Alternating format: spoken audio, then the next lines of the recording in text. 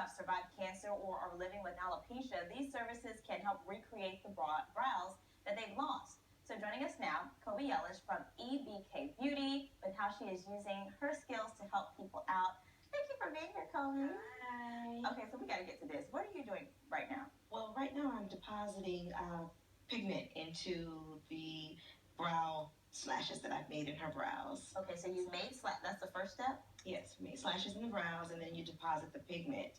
So they're little small hair strokes. It gives the brows a more fuller 3D look, as a matter of fact, and it's better than the block brows that we used to get, or your mom used to get, your grandma. Yeah, and they're permanent. You can't do anything about it. Yeah. So now with this process, microblading, you can, or 3D hair embroidery, you can actually cover over some of those brows that have, been tattooed in permanently. So when does a person need to consider this? Is it for someone who has lost a lot of, their eyebrow hairs? Is it something you just want them to be fuller? Well, it runs the full span. Okay. If you have no brows, I just want a few more hairs on the end because I'm thinner on the end or I'm thinner on the inside, microblading can help anyone who wants a fuller look to their brows. Sure. And so what is the whole process like? Well, actually, I have here Jade, who is coming in for her 4-week follow-up. Okay. And so if you can take a close look here, Freddie, I'm not sure if you can, there are already some strokes in her brows. And so at the 4-week visit, what we do is we go back in and fill in. If there's anything that Jade wants to change about her brows, we can do that now as well. But she liked the color, she liked the stroke pattern. So now we're just going to make them fuller for her. So you do that on the first visit. You put in the strokes. You kind of decide what kind of shape you want for the brow. Right. And then the color. That's right. And then on this visit, you come back and fill in so that they look fuller and prettier for her. Hey, look at it. Yeah. Did it hurt Jade? Not a little bit. Gotta tell the truth. It's worth it sometimes. Yeah. I mean, it's such a cool thing when you think about it just for filling in your eyebrows, but for women who have really, been through something, really lost their eyebrows, it means even more. And so you decided to offer this service for free for some people who've gone through that. Right, for men, women, and children. Okay. There are many people who have undergone cancer and treatments, that is, and they've lost their brows and the brow hairs don't grow back.